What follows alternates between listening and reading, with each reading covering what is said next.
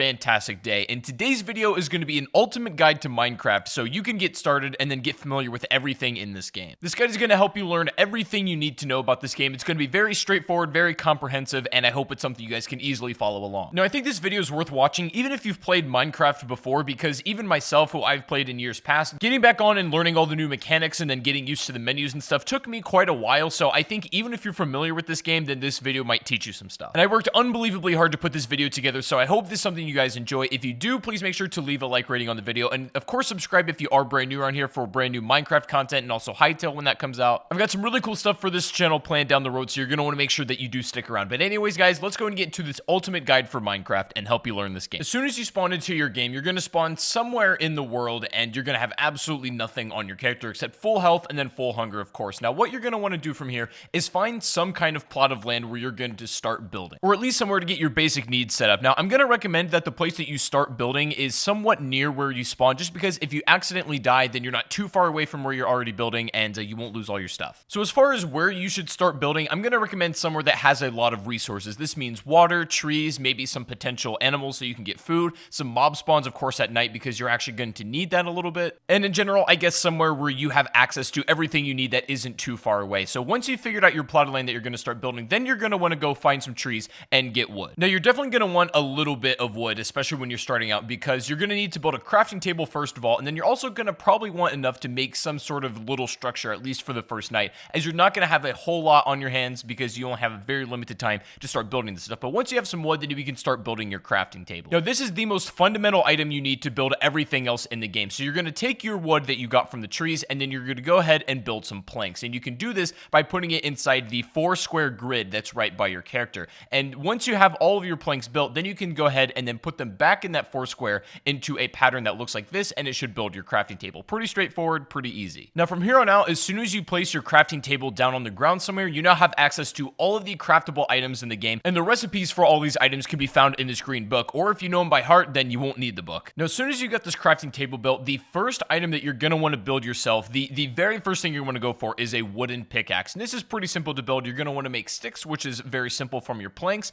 and then putting these together in the crafting table just like this should make yourself the wooden pick. Now, this is going to be your very first starter item, and it's going to help you get access to cobblestone. Now, it's going to come back into play what I said at the beginning of the video of being in an area where you have access to resources, and this includes some kind of cave, or at least somewhere where you can get cobblestone pretty easily. Now, if you cannot find it just anywhere around, then you can dig straight down and you're going to find stone. But now, don't be too worried about breaking this wooden pick. It's going to allow you to get yourself a pretty hefty amount of cobblestone to begin with, but after this, you're not going to need a wooden pick ever again. So don't be afraid to burn it all and then just, get as much cobble as possible. Now, depending on where you start mining, you might run into other resources as well, like coal or iron or even some other stuff, and if that's the case, then great, but just wait, don't mine it just yet, and wait until you make a stone pickaxe. Now, from here on out, stone picks are going to pretty much be your bulk work for mining. You make it the exact same way you just made the wooden one, and pretty much this is going to be your #1 way to clear out cobblestone, especially when you're just bulk mining, because the resources for these picks are very easily replaceable. It's literally just stone and wood, and you'll pretty much never run out of these things. But eventually, after you get mining enough, you are going to run into some iron ore, and the only way that this is going to be usable to you, the way to make it viable, is you're going to need a furnace, and with all the spare cobble, you can make one of these really, really quickly. So once you have that furnace, now you have access to melting these down. The furnace, just like the crafting table, is literally one of the most fundamental tools in this game, so I recommend you put it near your crafting table and likely in some kind of structure that you've already made for yourself, just to have it somewhere safe. The furnace is going to allow you to do literally everything from melting down ores into usable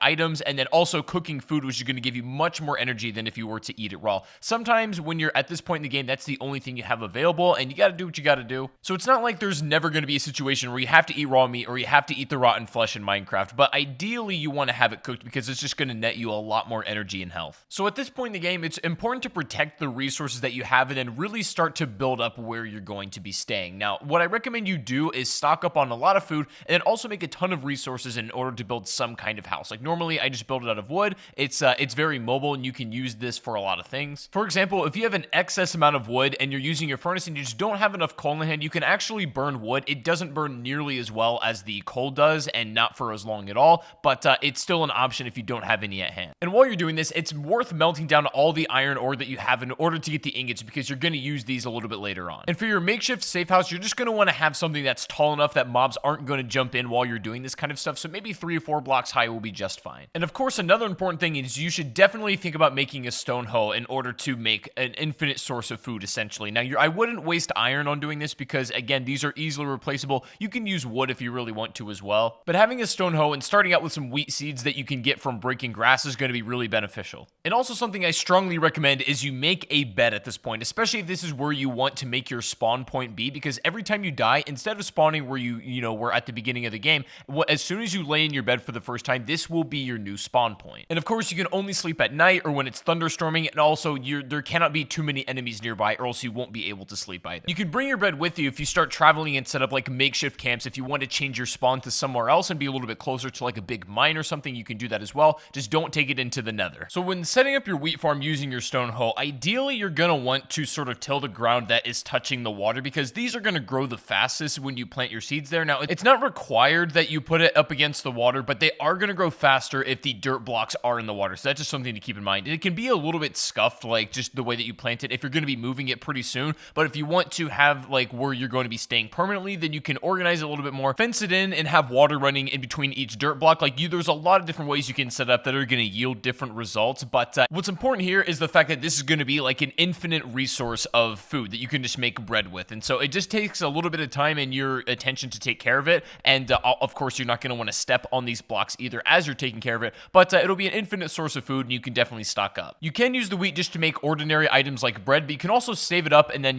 go for other ingredients and items to make something like a cake, which is going to last a bit longer. Now, at this point in the game, with all of your basic needs set up, this is where the game starts to get really fun, because now you can take it in any direction you like to. For example, this would be a good spot in the game to get bone meal from a skeleton, which is really, really easy to obtain. And then you can find a wolf out in the wild, tame it, and then it'll become your companion for as long as it's alive. There are countless animals that you can become friends with, and since I got on this game after the update, there's a bunch of new animals that I've never seen before, and that was really cool to see. The advantage to having a wolf, though, is that they'll follow you, especially when you're out in battle, and they'll attack whatever you're attacking, so they're definitely like an extra help in that regard. Or you could also take this opportunity, since maybe you don't have the biggest house and the biggest setup yet, you could basically take down everything and bring it with you, and then you could go off on your own adventure, maybe find a bigger cave to mine and go for diamonds and gold. What I typically like to do at this point in the game is just make sure that I have like a steady stream of resources coming in, and that includes iron, coal, that includes food, basically everything that's going to keep you alive and keep you advancing, and then also start making moves towards getting some of the rarer items in the game, like getting diamonds, and then of course obtaining obsidian. Now, after getting the obsidian material, this is where the game starts to get a little bit more advanced, and at this point in the game, if you've made it this far, then you're probably already familiar with most of the mechanics, and you can pretty much run with it for yourself. And to obtain obsidian, you're going to have to do some pretty extensive mining, so you're going to want to make sure you're well prepared for this. This includes having a ton of torches,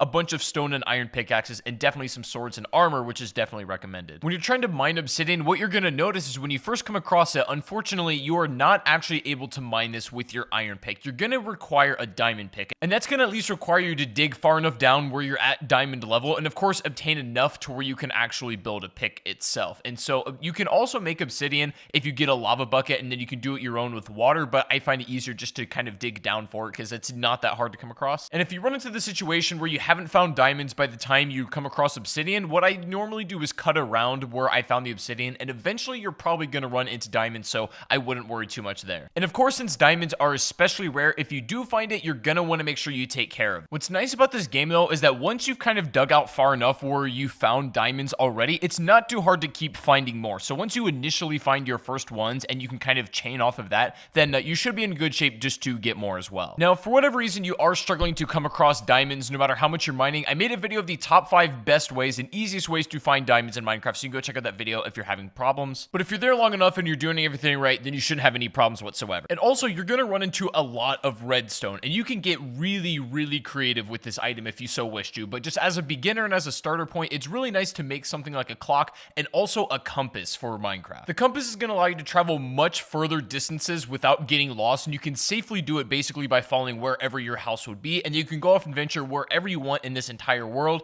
and then make your way back eventually using this compass. If you want to go a step farther, you can also make a map, which does require a little bit more materials, but it's definitely worth it if you want to go that route as well. And also, having a boat on hand is never a bad idea, because there sometimes are very long stretches of water that can be easily crossed using a boat, but are not easily crossed any other way. If you've done everything in this guide up to this point so far, then you should have a steady stream of resources, a bunch of excess stuff on hand, such as iron, coal, all that sort of stuff, and then you should have all of the basic tools you need to travel travel anywhere you like, and then a decent house setup as well. And from this point, you pretty much have the freedom to take the game anywhere you like to. You can take your obsidian and set up another portal and then go down that rabbit hole. And if you so wish to, you can work your way all the way up from this point on, all the way to the Ender Dragon if you so wish to go that route, or you can just, have fun, explore, play a little bit more casual route, and just enjoy the game. Either way, this guide was set up to facilitate both styles of play. You can just have fun and just casually play the rest of the match however you like, or you can go for the Ender Dragon and then finish the progression of the game. Either way is going to work, but now you have the tools to go in any direction you like. So anyways, guys, that is going to be the ultimate guide to getting set up in Minecraft in 2019. I hope you guys did enjoy.